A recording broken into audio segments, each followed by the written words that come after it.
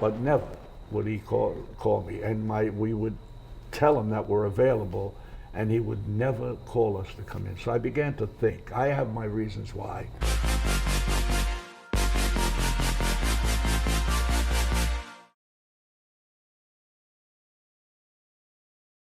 So I'm doing the movie. It's based on a true story.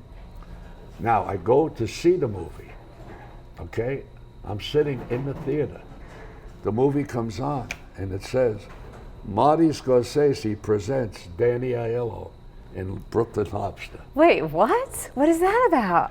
Kevin Jordan was an ex-NYU student working under Marty Scorsese, so my feeling is that he was doing Kevin a favor to put his name. He was never a producer. He was never on the set. He saw the footage. The footage constantly was going to. Wow. That's when I began to think. I'm saying, well, maybe it wasn't that I was a bad actor in his eyes.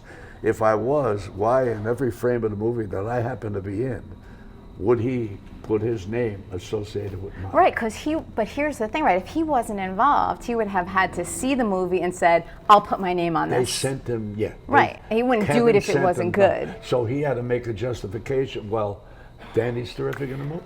Stop, this is impossible. Nobody would ever think that you're a bad actor. That's not a possibility. It never was. Yeah. That could have never been the reason. Yeah, well, but you see, being the person that I am, I know, but I had to take that trick. I had to say, well, maybe that's the reason. Maybe he just hated me as an actor. And then I would see some of the actors he had in some of his movies, and they weren't that spectacular.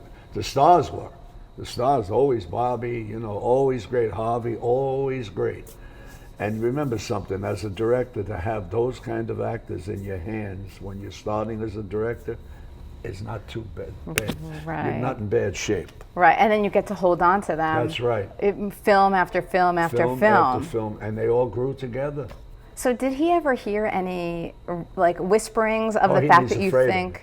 How do you know? Well, I know because he steps across the street if he sees me walking down. The Academy Awards, he's coming up the stairs, he saw me going down, he went the other way. Really? So why? Because he knows? Brian Hamill said, I yelled at him once. Yeah. What happened? I came into, I think it was Sardi's, I'm not sure. Brian Hamill said it wasn't Sardi's. Brian Hamill's one of the great still photographers. You know his brother. Hamill, Dennis Hamill, he's a writer. Pete Hamill, great Pete Hamill. Oh, yeah. Those are his brothers. Okay. And they're all very talented people. So they're all talented. And Brian said, Danny, what are you kidding? Don't you remember what you did? I said, what? You came in the restaurant, you started off beat the, you started. Oh, that's right, I forgot. What did you do? Yeah, I started. He said, I don't remember that incident the way Brian does, but Brian never lies. And he has a great memory. So that's why he avoids you. He said, Danny, you started yelling. I'm working with him. I'm doing the still photography on the movie, and you're screaming at him at a distance, not right there. So and who was sitting with him? They said, Brian told me Joey Pesci was there. And who I'm not a major fan of, Joe Pesci. So since then, though, there's been no interaction with Scorsese. With you. No, we have none. That's it. It's done. And that's why, obviously, I could have been in The Irish. There's no question. In this, I'm playing. Have you ever been in love, me girl? Wait, so or have you felt the pain? I've never. What is it, Louis? I'd sooner be in jail myself to be in love again. The girl I love is beautiful. I'll have you all to know. And I met her in the garden,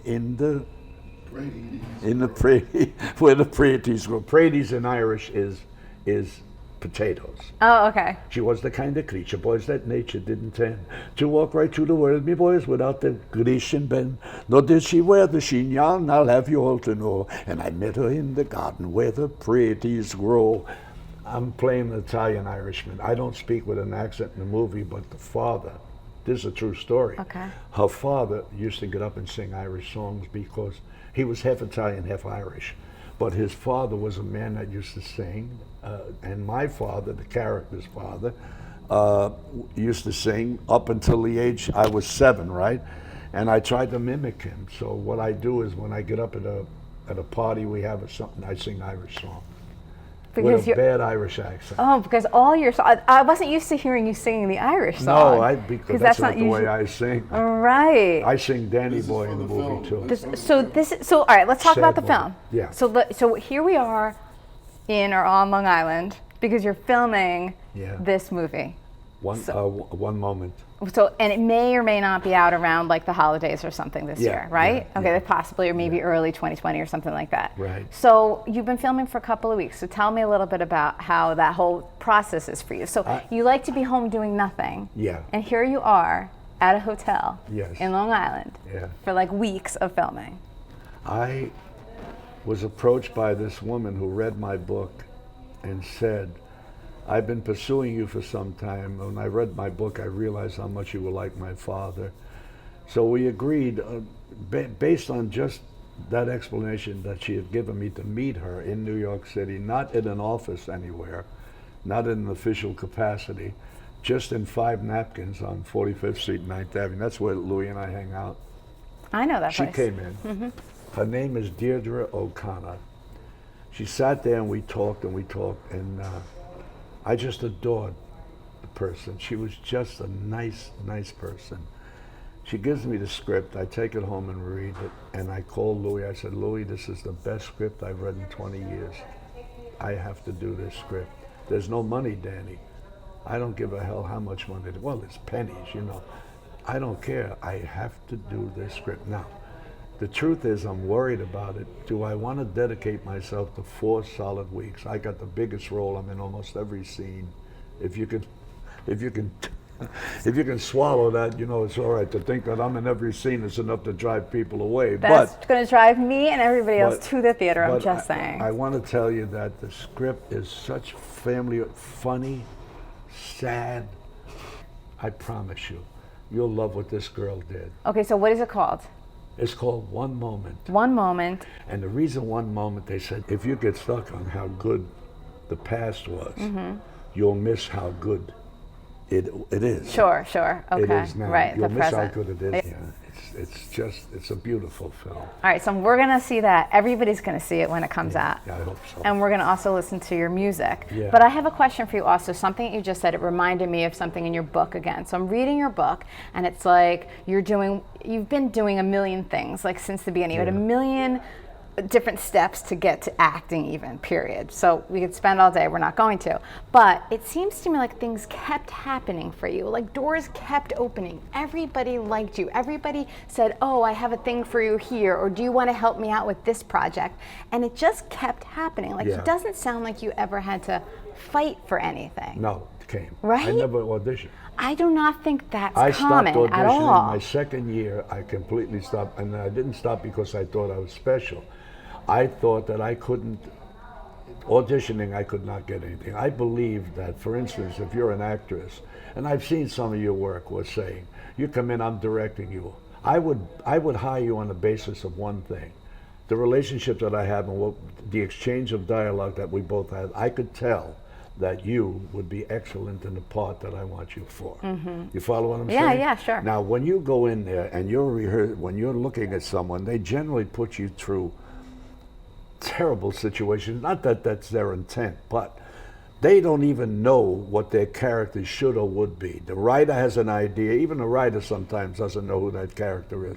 They bring actors in, and they have actors read for these roles, and they photo them. You understand? Yeah.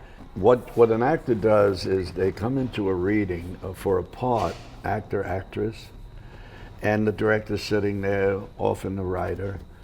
They have ideas of who their characters are. They've developed. I mean, the writer has developed the character, and the interpretation of that character is done then by a director. But they're never finished. Now, they're always looking for actors to come in and read. And they'll see at the very moment a person physically comes in is not right, but they sometimes allow the person to read. And in that reading, that person who's not getting the part may give a reading that will determine who that character is, who that director wants that character to be, and who that writer wants. They come up with ideas, and they'll say, he's not getting the role, but the way he played that character, that's who it is. So many of the directors and writers get all their ideas from the actors. So not only is the actor serving as a person trying to get the job, but also giving them information as to who this character is. Right, or so who she is. ideas, yeah, You yeah, follow what I mean? yeah. So they're giving, even if they don't land the job, they're still Absolutely. giving them this information Absolutely. to help form the movie. When I did my series, Della Ventura, I was the person who made the decisions, okay, on who the characters were. I was working every day, so I didn't have time. So in my camper, they would give me the auditions. And right from the auditions, I would look at what the people were doing, and I would get tremendous ideas from these actors. That's so So interesting. we use those actors. Which, you know, the idea is to give them the part if they're Sure. good enough, we want to. But often there's only one person that's going to get the part, and they may read 50 people, and they'll get ideas about. Well, that's how the creative process is, right? Yeah. You get ideas from all over when they're Absolutely. unexpected also, but that's how it Absolutely. works. But a director goes in after seeing 50 people do that role and has a great idea of who this character is. That's so interesting. They don't know, they're just reading words, and you know what I Right. mean? And then later, when actors come in and perform it, they're learning who the hell Right. they are. All right, Moonstruck, when you think back to it, what do you think of? Like, I don't tell think- me it was the greatest movie ever, but like, is there a little something that happened on set? Norman Jewison I loved. Yeah, there was something in the set that happened. I don't know if I should tell you. Of course you should tell me.